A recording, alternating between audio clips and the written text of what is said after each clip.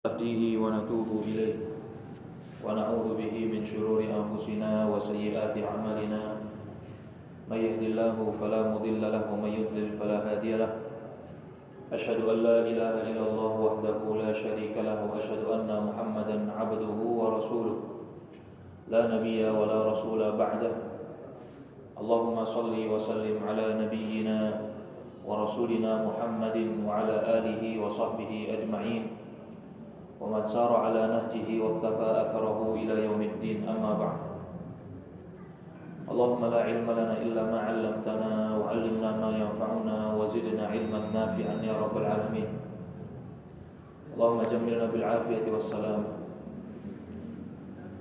ربنا هب لنا من أزواجنا وذرياتنا قرة أعين واجعلنا للمتقين إماما ربنا آتنا في الدنيا حسنة وفي الآخرة حسنة وقنا عذاب النار. Jamaah Masjid Asy-Syakirin yang semoga senantiasa Allah muliakan.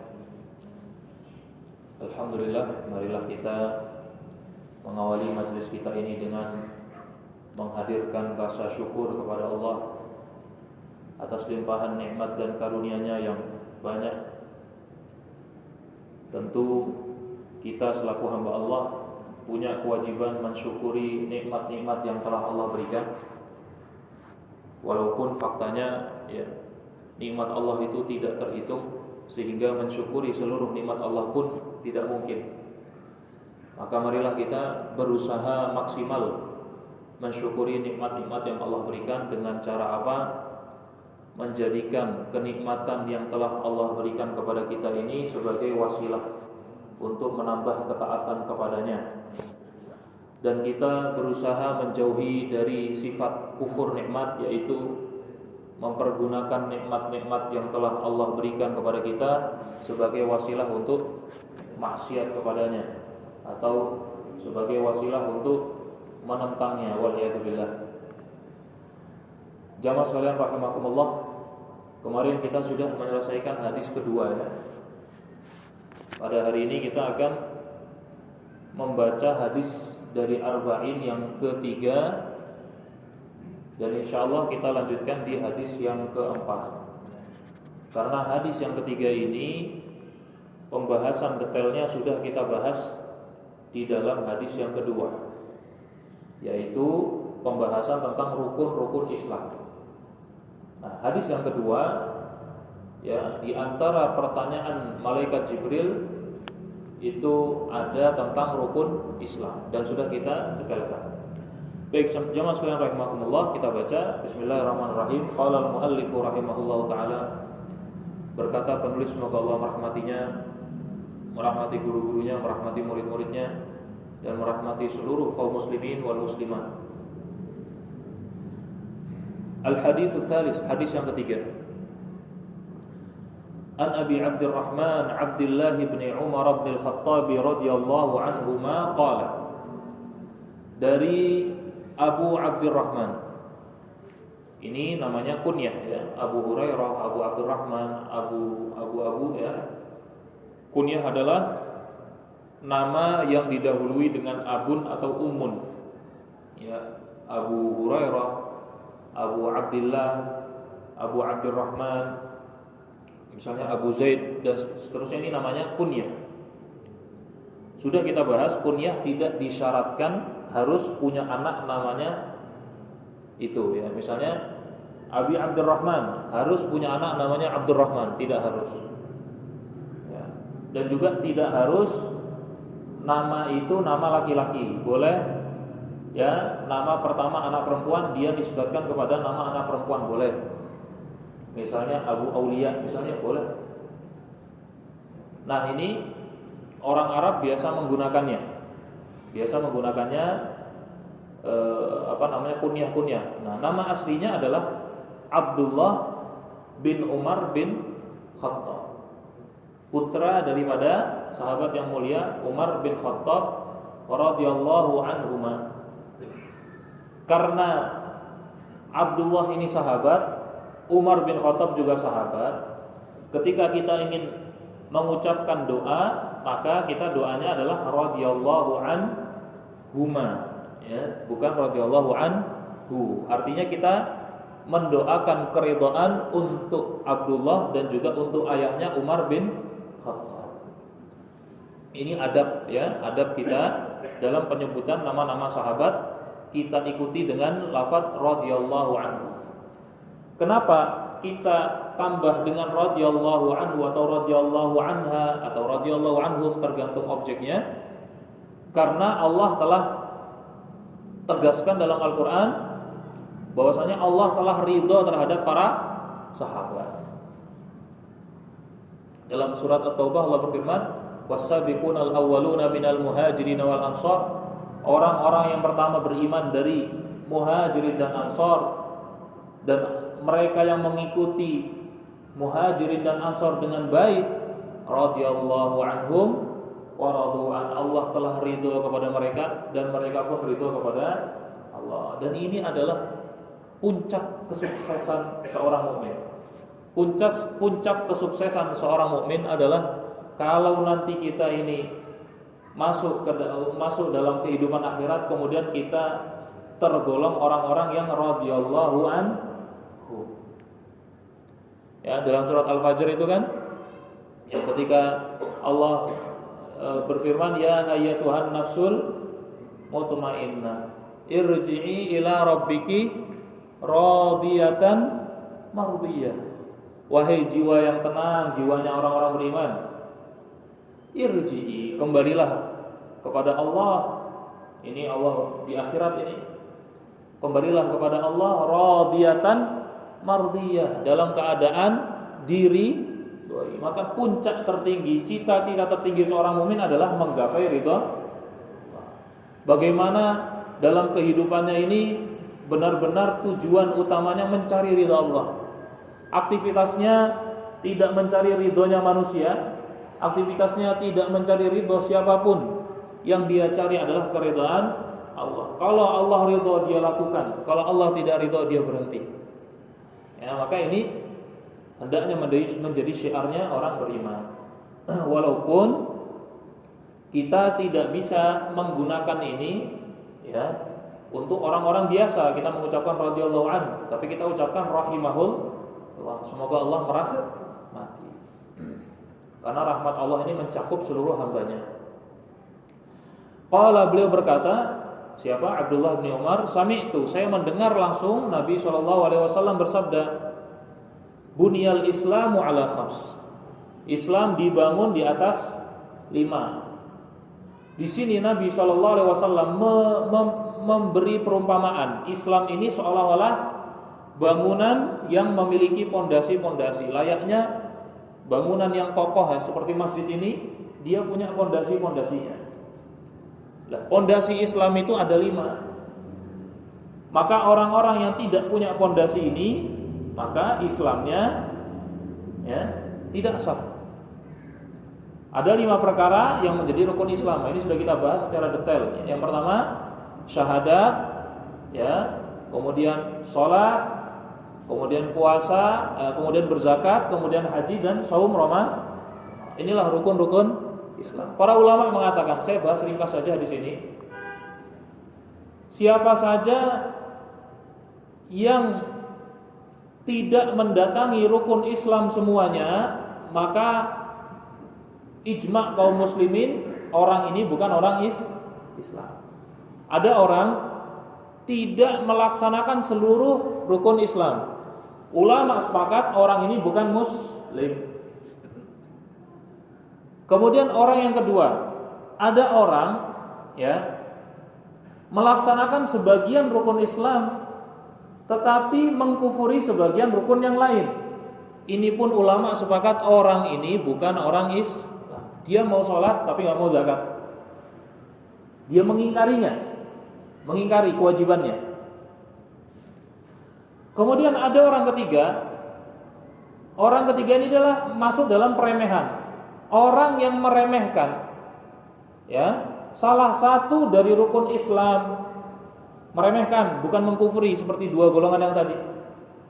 Dia meremehkan salah satu dari rukun Islam kecuali syahadat, maka jumhur ulama mengatakan orang ini masih muslim. Meremehkan. bukan mengingkari kewajiban. Kecuali syahadat. Orang meremehkan syahadat nggak bisa. Misalnya ada orang kafir, orang non-muslim meyakini kebenaran Islam, yakin 100%. Tapi dia meremehkan mengucapkan kalimat syahadat. Apakah sudah masuk Islam dia? Belum, karena sudah kita bahas di pertemuan-pertemuan sebelumnya, syahadat ini harus diucapkan. Kecuali kalau dia tidak bisa mengucapkannya karena ada alasan-alasan tertentu. Ya, seperti bisu ya dan seterusnya, maka bisa menggunakan isyarat. Tetapi kalau ada orang yakin kebenaran Islam, tidak mau mengucapkan kalimat syahadat, ya, karena meremehkannya, menganggap enteng. Walaupun dia wafat di atas keyakinannya terhadap Islam, dia belum sebagai seorang muslim. Contohnya jelas sekali pamannya Nabi sendiri, Abu Thalib. Bagaimana beliau ini yakin tentang dakwah Islam. Tetapi di akhir hayatnya, sampai akhir hayatnya tidak sampai mengucapkan kalimat la ilaha. Padahal Nabi ketika mendampingi sakaratnya, Nabi mengatakan, maaf, ya am, wahai paman, kul, ucapkan saja la ilaha illallah Muhammad Rasulullah, kalimatun, satu kalimat, uhajju bika indallah, yang akan aku jadikan hujjah di hadapan Allah bahwasanya engkau seorang muslim. Ucapkan saja. Selama engkau tidak mengucapkan, wahai pamanku, saya enggak punya bukti di hadapan Allah bahwasanya engkau seorang muslim. Maka kata para ulama, meremehkan rukun Islam artinya tidak melaksanakannya bukan karena mengingkari kewajiban. Ya, jumhur ulama mengatakan dia tidak kafir selama yang dia remehkan itu bukan syahadat. Misalnya ada orang tidak sholat, dia meyakini kewajibannya dan dia tahu kalau tidak sholat itu berdosa, dosa besar. Maka orang ini tetap muslim tapi melakukan dosa besar. Ini jumhur ulama. Ya. Adapun Imam Ahmad mengatakan kecuali sholat. Kalau sholat ini nggak bisa. Ya, meninggalkannya baik mengingkari kewajiban atau meremehkan, kafir. Ini pendapat dari Imam Ahmad. Maka ini poin penting dalam hadis ini. Adapun sisanya sudah pernah kita bahas, maka tidak perlu kita ulang. Baik, jamaah sekalian rahimakumullah, kita masuk hadis yang keempat. Ini hadis yang penting yang perlu kita perhatikan, yakni hadis Ar-Rabi, kata beliau, hadis keempat, An Abi Abdurrahman. Nah, ini apalagi namanya kunyah lagi ya, dari Abu Abdurrahman Abdullah bin Mas'ud, yaitu beliau adalah sahabat yang bernama Abdullah bin Mas'ud. Ini nama yang tidak asing di telinga kita. Abdullah bin Umar, Abdullah bin Mas'ud. Ya, Abdullah bin Umar yang tadi perawi hadis yang ketiga itu termasuk di antara para sahabat yang paling banyak meriwayatkan hadis. Ya, dikumpulkan dalam satu bait syair, al-muktsirina fi riwayatil athar, yang paling banyak meriwayatkan hadis. Abu Hurairah, yang pertama Abu Hurairah, yalihi bin Umar, kemudian setelahnya Abdullah bin Umar, yang paling banyak meriwayatkan hadis. Padahal Abdullah bin Umar ini termasuk ulama sahabat yang muda. Beliau lahir yang sebelumnya ya. Beliau lahir 1 tahun sebelum Nabi diutus. Jadi saat hijrah pun beliau masih baru awal-awal baligh. Masih awal-awal baligh. Maka dalam perang Badar ya sepertinya beliau tidak ikut karena masih terlalu muda. Nabi tidak izinkan. Dalam perang Uhud beliau ikut.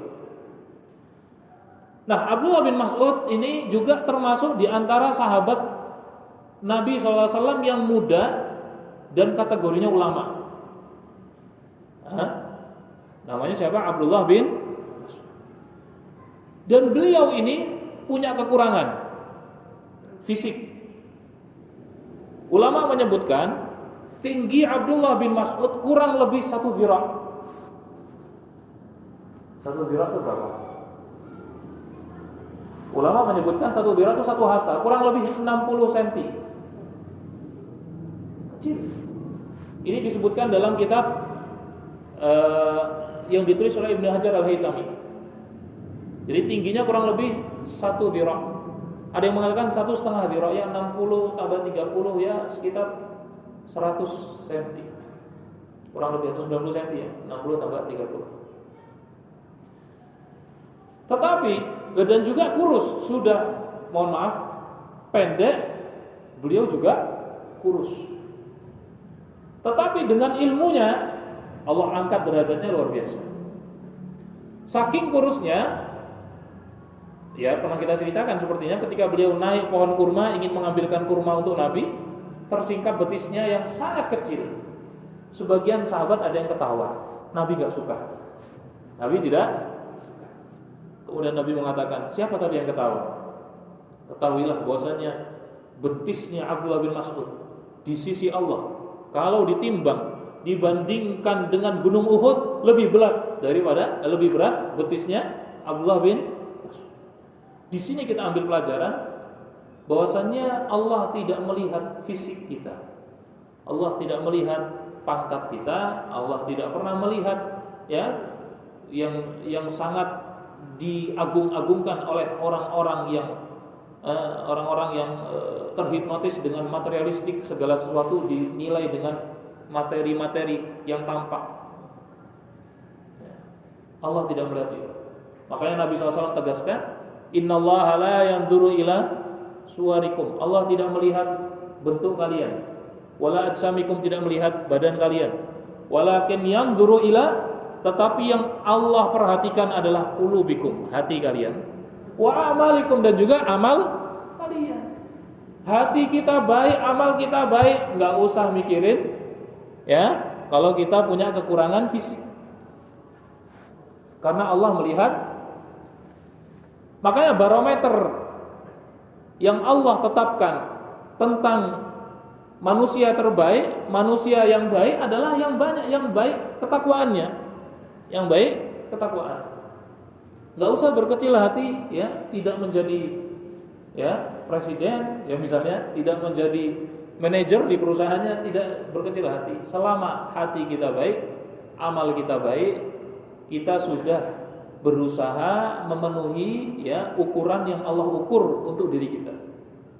Ya, jamaah sekalian rahimakumullah. Maka inilah Abdullah bin Mas'ud. Ya, tingginya segitu, kurusnya demikian. Radhiyallahu anhu, semoga Allah meridainya. Qala, beliau berkata. Dan juga Abdullah bin Mas'ud ini disebutkan para ulama punya kelebihan dalam bayan, dalam menjelaskan. Sehingga para ulama ini, ulama hadis, ketika menjumpai qaulnya Abdullah bin Mas'ud, ucapannya Abdullah bin Mas'ud, hati-hati. Kenapa? Ucapan Abdullah bin Mas'ud ini mirip-mirip ucapan Nabi. Karena punya kemampuan, kefasihan yang luar biasa seperti Nabi SAW. Makanya banyak sekali hadis-hadis Abdullah bin Mas'ud itu yang ketika ulama hadis ngecek, oh ini hati-hati, ini ucapan Nabi apa ucapan beliau ini? Karena karakternya itu mirip-mirip, punya kemampuan fasaha yang luar biasa. Qala, beliau berkata, haddatsana Rasulullah sallallahu alaihi wasallam, telah menceritakan, telah berbicara kepada saya yaitu Rasul sallallahu alaihi wasallam, wa huwa shadiqul masduq. Ini ucapan Abdullah bin Mas'ud. Dan sallallahu alaihi wasallam, Nabi sallallahu alaihi wasallam itu orang yang jujur informasinya, dan juga wahyu yang sampai kepadanya itu benar. Nabi itu orang yang tidak pernah dusta, dan wahyu yang disampaikan melalui Jibril itu juga benar. Mungkin sebagian kita bertanya-tanya, kenapa perlu disampaikan itu? Kita tidak ragu masalah itu, ya kan? Kita tidak meragukan ucapan Nabi, dan juga kita tidak meragukan wahyu yang dibawa Jibril kepada Nabi. Kita nggak ragu itu. Kenapa Abdullah bin Mas'ud mengucapkan as-sadiqul masduq? Ini jarang sekali sahabat memberikan sifat kepada Nabi seperti ini, karena memang yang meragukan kebenaran Nabi kan kafir, kan? Tapi beliau sampaikan ini dalam hadis yang keempat. Kenapa? Kata para ulama, Karena yang akan beliau sampaikan nanti berkaitan dengan perkara gaib yang bisa jadi orang tidak terima. Nah, nanti kita baca nanti ini hadisnya.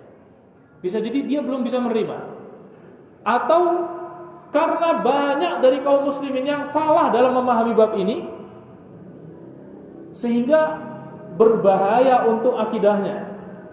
Maka beliau ingatkan dari awal, Nabi itu jujur dan wahyu yang disampaikan itu benar, jangan ragu. Baik, apa yang beliau sampaikan? Isi ucapan Nabi SAW. Inna ahadakum, kata Nabi SAW, sesungguhnya salah satu dari kalian, seluruhnya manusia, yujma'u khalquhu fi batni ummihi arba'ina yawman nutfah. Di sini Nabi menjelaskan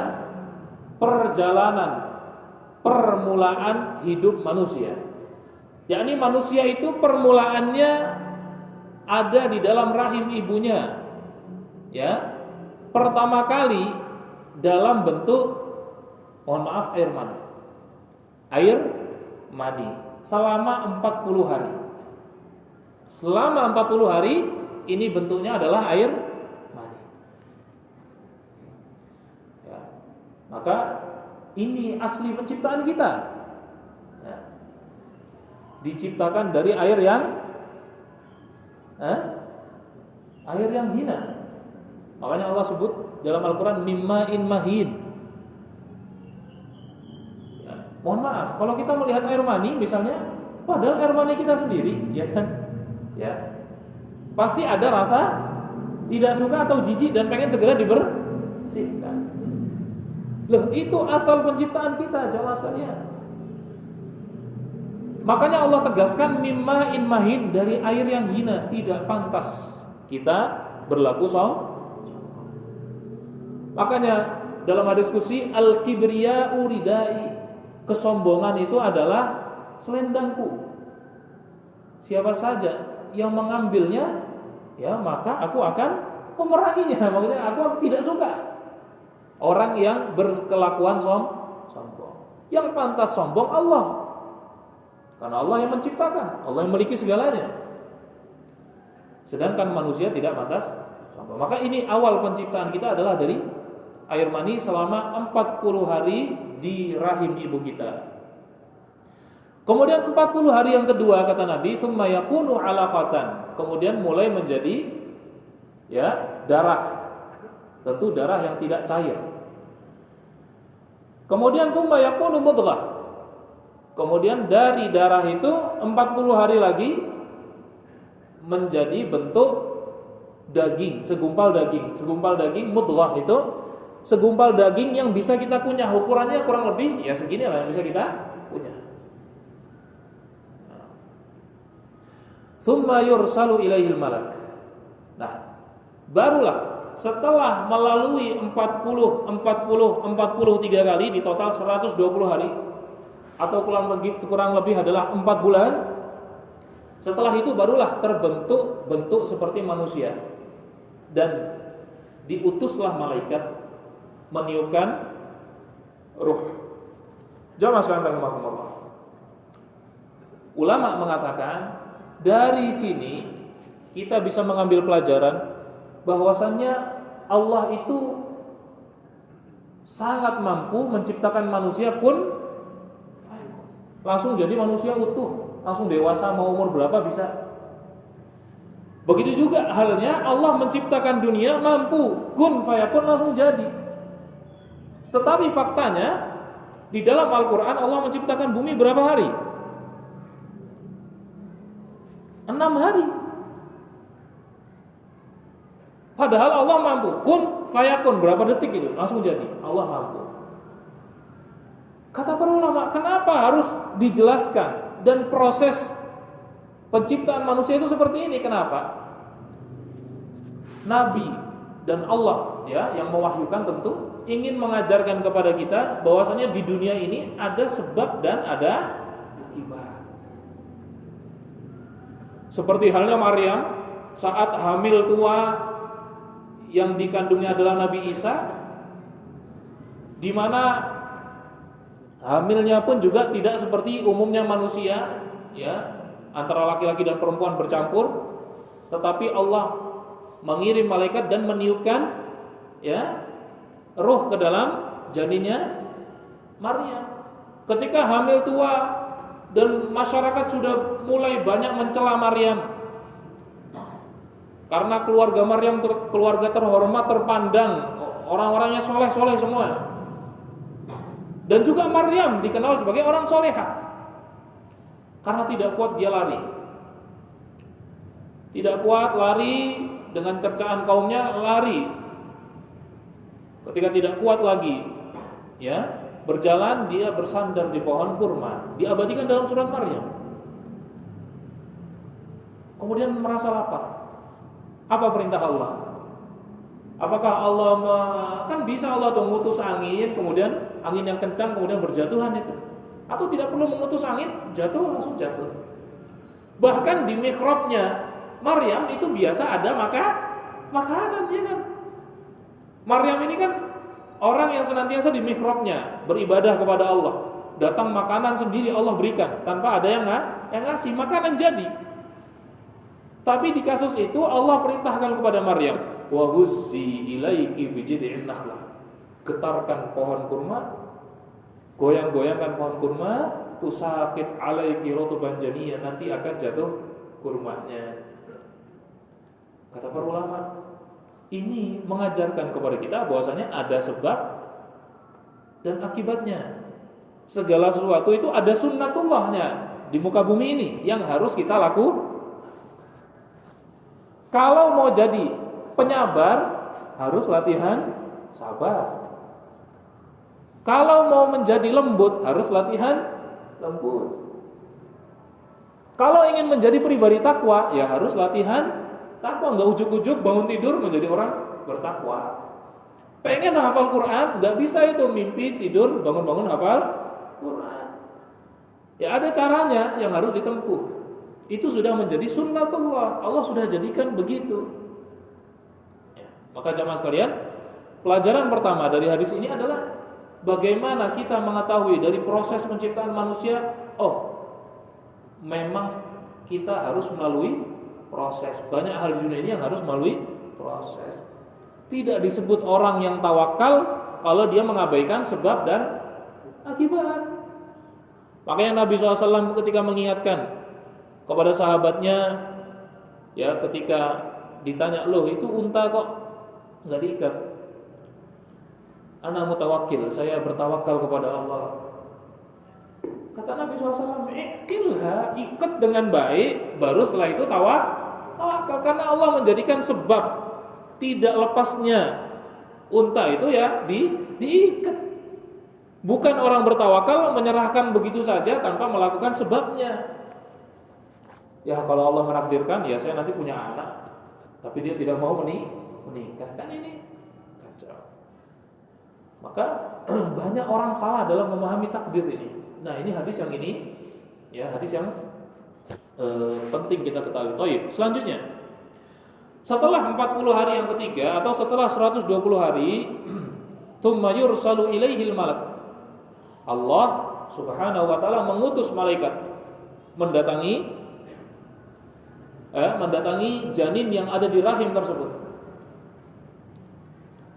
Fayanfukhu fihi ruh. Kemudian malaikat ini meniupkan ruh. Dalam riwayat yang lain, ya disebutkan malaikat bertanya, ya Allah, ya apa yang harus saya lakukan? Allah perintahkan tiupkan ruh. Dan roh ini, ya, salah satu komponen yang ada dalam tubuh kita. Kita ini terdiri dari jasad dan terdiri dari ruh. Yang abadi yang mana, Pak? Ruh abadi tentu bukan seperti keabadian Allah. Abadi sesuai dengan takdirnya Allah. Yang akan sampai di akhirat bukan jasad kita, tapi ruh kita. Makanya jangan sampai kita abai memperhatikan urusan ruh. Padahal kita dihitung sebagai manusia itu kalau ada rohnya. Disebutkan dalam syair, innama anta birruhi la bil jasadi insanu. Engkau tidak disebut manusia dengan badanmu, tapi engkau disebut manusia dengan ruhmu. Ruhmu sudah hilang, engkau akan disebut mayit. Maka perhatikan roh kita. Cari tahu bagaimana menterbiah roh kita. Ya, dengan banyak qiraatul Quran, kita jaga roh kita ini. Dengan banyak berpuasa, dengan banyak qiyamul lail, kumpul dengan orang-orang yang baik. Ini cara untuk menjaga, merawat roh kita. Maka jamaah sekalian rahimakumullah, kemudian malaikat ini diperintah untuk meniupkan roh. Maka kata para ulama, berkaitan dengan hukum fikih dari kasus ini, kalau ada orang menggugurkan kandungan setelah umur 4 bulan, maka orang ini terkena diat. Ada orang membunuh janin yang umurnya sudah lebih dari 4 bulan, maka dia terkena diat. Diat itu ya denda yang telah Allah tetapkan. Dendanya 1 jiwa itu setara dengan 100 ekor unta. Kalau 1 untanya dihitung rata 20 juta, sekitar 2 miliar. Kalau ada pembunuhan, tentang pembunuhan yang tidak berlandaskan alasan yang dibenarkan. Misalnya ada orang iseng, ya, mohon maaf ya, misalnya dia ngeprank gitu ya, kemudian orang hamil sampai jatuh dari motornya misalnya, kemudian janinnya meninggal dan umurnya lebih dari 4 bulan, orang ini terkena diat harusnya dalam hukum syar'i, yaitu membayar 100 ekor unta. Dan juga kata para ulama, menggugurkan kandungan ya itu hukumnya haram. Bahkan sebelum atau masih di 40 hari pertama itu haram hukumnya. Ada pendapat ya yang marjuh, yang tidak dipegang banyak para ulama, yang mengatakan boleh menggugurkan kandungan selama umur kandungan masih 40 hari. Dan juga di antara hukum fikih yang keluar dari masalah ini, seandainya wanita keguguran, janinnya belum ditiupkan ruh, belum sampai 4 bulan, ya, maka dia tidak punya masa nifas. Ini di antara hukum fikih yang keluar dari masalah-masalah ini. Baik ya, tentu ada banyak masalah lagi yang disebutkan para ulama, kita cukupkan beberapa hal ini. Tsumma yursalu ilail malak, diutuslah malaikat fayanfukhu fihi ruh, kemudian ditiupkan ruh ke dalamnya. Wa yu'maru bi arba'i kalimat, kemudian Allah perintah malaikat ini menulis 4 hal. 4 hal ini bukan tulisannya malaikat, bukan karangannya malaikat, tapi perintah Allah. Ya, 4 hal ini perintah Allah agar malaikat menulisnya terkait dengan janin ini. Apa saja 4 hal itu? Nabi SAW bersabda, bikat bi rizki, tulislah rizkinya. Berapa jatah rizki dia di dunia. Ya. Dan rizki itu definisinya adalah kullu ma yantafi'u bil insan, segala hal yang bermanfaat untuk manusia, segala hal yang dimanfaatkan oleh manusia, itu rizki. Yang dimanfaatkan, yang bermanfaat buat manusia itu ada 2. Ma yaqumu bihil badan, sesuatu yang bisa, sesuatu yang berkaitan dengan badannya, makan, minum, ya, bekerja dan seterusnya. Ini bagian rizki yang berkaitan dengan badan. Yang kedua, rizki yaqumu bihid-din, yang dengannya agamanya tegak. Apa itu? Ilmu dan amal soleh. Ilmu dan amal soleh. Ini semua rizki. Dapat ilmu itu rizki, bisa beramal itu rizki. Yang berurusan dengan badan, makan, minum, itu juga rizki. Baik rizki yang halal maupun rizki yang haram, yang dia dapatkan itu semua rizki. Makanya Allah tidak pernah memuji masalah rizki, ya, karena rizki itu terkadang terkait yang halal, terkadang terkait yang haram. Maka malaikat diperintah Allah untuk menulis rizki orang ini. Termasuk amal solehnya gimana? Ya, termasuk dia mendapatkan harta dengan cara yang halal atau yang haram. Semuanya ditulis. Dia nanti semasa hidup itu bisa mengumpulkan uang sebanyak apa? Punya istri berapa? Ya misalnya, punya anak berapa? Haji berapa kali? Ya. Ditulis. Dan itu la yanqus, tidak berkurang sedikit pun. Wala yazid, dan juga tidak bertambah sama sekali. Loh Ustaz, tapi ada hadis berbunyi, man sarrahu, siapa yang ingin ayyub satalahu fi rizki, yang dipanjangkan rizkinya, wa ayyub sa'alahu fi athari, dan dipanjangkan umurnya, hendaknya dia ngapain? Menyambung tali silaturahmi. Ini bagaimana Ustaz dengan hadis ini? Kok seolah-olah bertentangan? Karena tadi rizki tidak bertambah, ajal yang setelahnya nanti juga tidak bertambah dan juga tidak berkurang. Maka kata para ulama, hadis yang kedua ini ya tidak merubah catatan yang ada di dalam Lauhul Mahfuz. Yang di Lauhul Mahfuz yang tahu hanya Allah. Tidak merubah catatan di Lauhul Mahfuz. Artinya, ketika hamba ini ditulis takdir tahunan yang ditulis dalam malam Lailatul Qadar, itu kan takdir tahunan. Ya, itu bisa berubah yang itu. Tapi yang di Lauhul Mahfuz tidak bisa berubah. Artinya Allah tahu hamba ini akan mendengar hadis tersebut, kemudian dia banyak silaturahmi dan Allah panjangkan umurnya. Tapi di Lauhul Mahfuz tidak berubah. Dekat birizkihi, ditulis rizkinya. Wa ajalihi, dan juga ajalnya. Ini umurnya berapa tahun? Ya, tahun berapa wafatnya, detik ke berapa kalau dihitung jamnya gitu kan. Ini juga ajal ini tidak akan bisa maju, tidak bisa mundur. Idza jaa ajaluhum, kalau sudah datang ajalnya, la yastakhiruna sa'ah, tidak akan bisa diundur sesaat pun.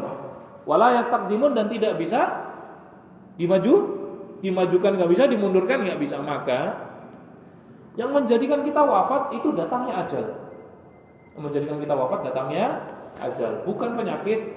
Karena betapa banyak orang yang punya penyakit mematikan, Allah sembuhkan. Betapa banyak orang yang punya penyakit mematikan, tapi hidupnya lebih panjang sedikit daripada orang sehat yang jagain dia sakit. Dia malah tiba-tiba wafat terlebih dahulu. Maka penyebab kematian itu hanya satu, datang aja. Lah Ustaz, boleh nggak kita hati-hati ya? Boleh, itu juga termasuk anjuran. Ya, kita anjuran melindungi diri dari penyakit. Tapi kita tidak boleh menganggap kalau terkena sakit tersebut kita akan wafat. Karena yang mewafatkan kita adalah habisnya umur ajal. Saya teringat ada seorang saya bercerita. Pernah suatu kejadian di jalan raya. Ya. Ada motor ingin menyeberang jalan. Kemudian ada mobil juga, ya, dia di jalan utama. Ini ingin nyebrang, motor hanya ingin nyebrang. Motor berhenti, mobil pun ikut berhenti karena niatnya pengen nyuruh yang motor jalan terlebih dahulu. Yang motor ingin biarkan mobil jalan terlebih dahulu. Kan kadang terjadi juga kita ya, miskomunikasi gitu ya, karena kita nggak bicara kan. Akhirnya qadarullah, dua-duanya memutuskan jalan bareng, kemudian bertabrakan.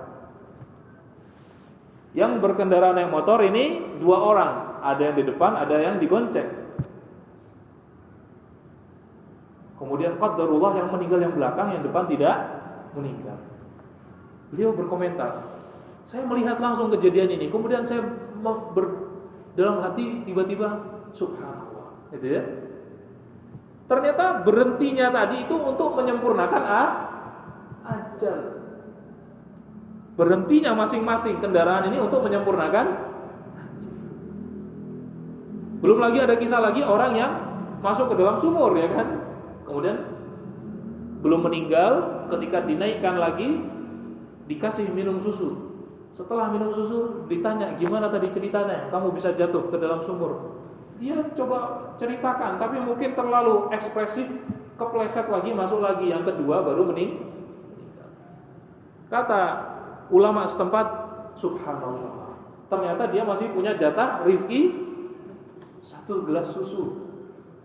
Maka jamaah sekalian, ya, ajal sudah ditetapkan. Maka tugas kita adalah beramal. Karena kita nggak tahu ajalnya kapan, kita berusaha menjadi orang baik setiap saat.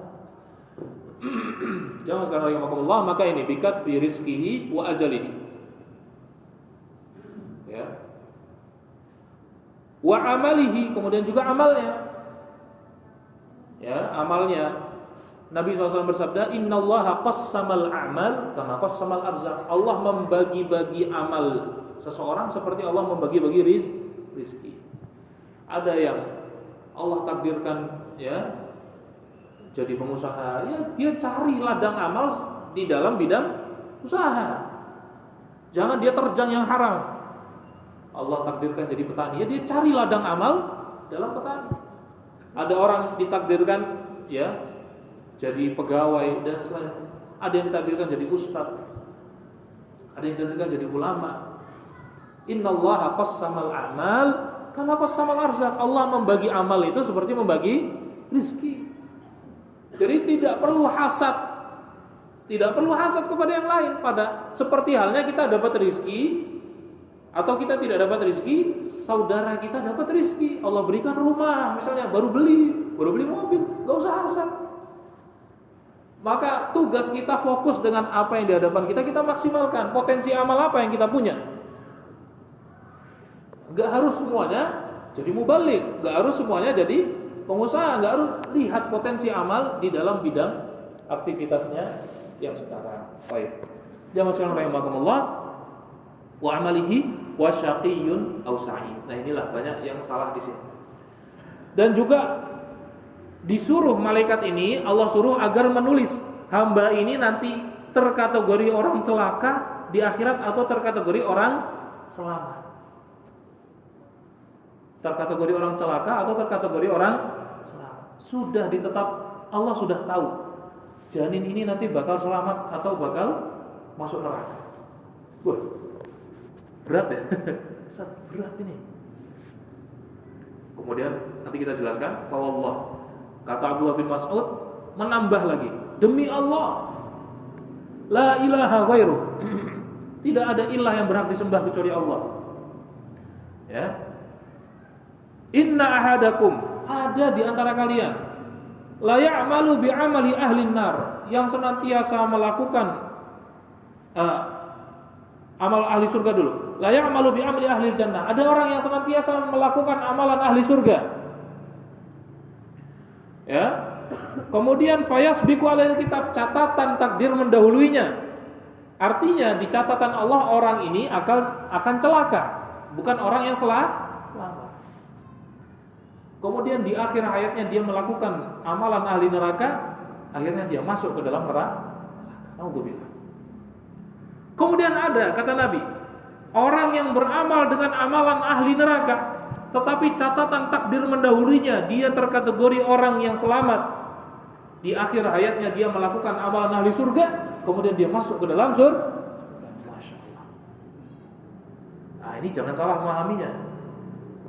Karena ada hadis lain yang kalimatnya agak mirip. Jadi ada orang semangat jihadnya luar biasa dalam peperangan. Disebutkan dalam riwayat tersebut, tidaklah orang ini melihat celah untuk bisa membunuh musuh kecuali dia bunuh. Tidaklah dia melihat celah kelemahan musuh kecuali dia masuk meransak. Sampai orang-orang yang melihatnya mengatakan tidak ada orang yang lebih pemberani dari fulan hari ini. Didengar Nabi. Kemudian Nabi mengatakan, huwa min ahli nar. Tentu ini wahyu dari Allah. Dia ini bukan penduduk surga, dia penduduk neraka. Tapi orangnya nggak ada di situ, orang cerita. Orang-orang kaget, ya Rasulullah, ahli nar. Perangnya begitu, semangatnya luar biasa, jihadnya luar biasa. Huwa min ahli nar. Ada sahabat yang kaget, kemudian dia mengatakan, demi Allah saya akan ikuti orang ini. Kemudian diikuti. Orang ini diikuti, di belakangnya, wah, masih semangat luar biasa. pada satu titik dia terjatuh, terkena luka yang parah. Ketika dia tidak sabar dengan lukanya, akhirnya dia letakkan pisau di tanah, kemudian mata pisaunya di dadanya, kemudian dia sengaja tusukkan. Kemudian orang ini segera menjumpai Nabi SAW. Masya Allah, benar apa yang engkau ucapkan ya Rasulullah. Orang itu ternyata tidak sabar menerima lukanya, kemudian dia bunuh di.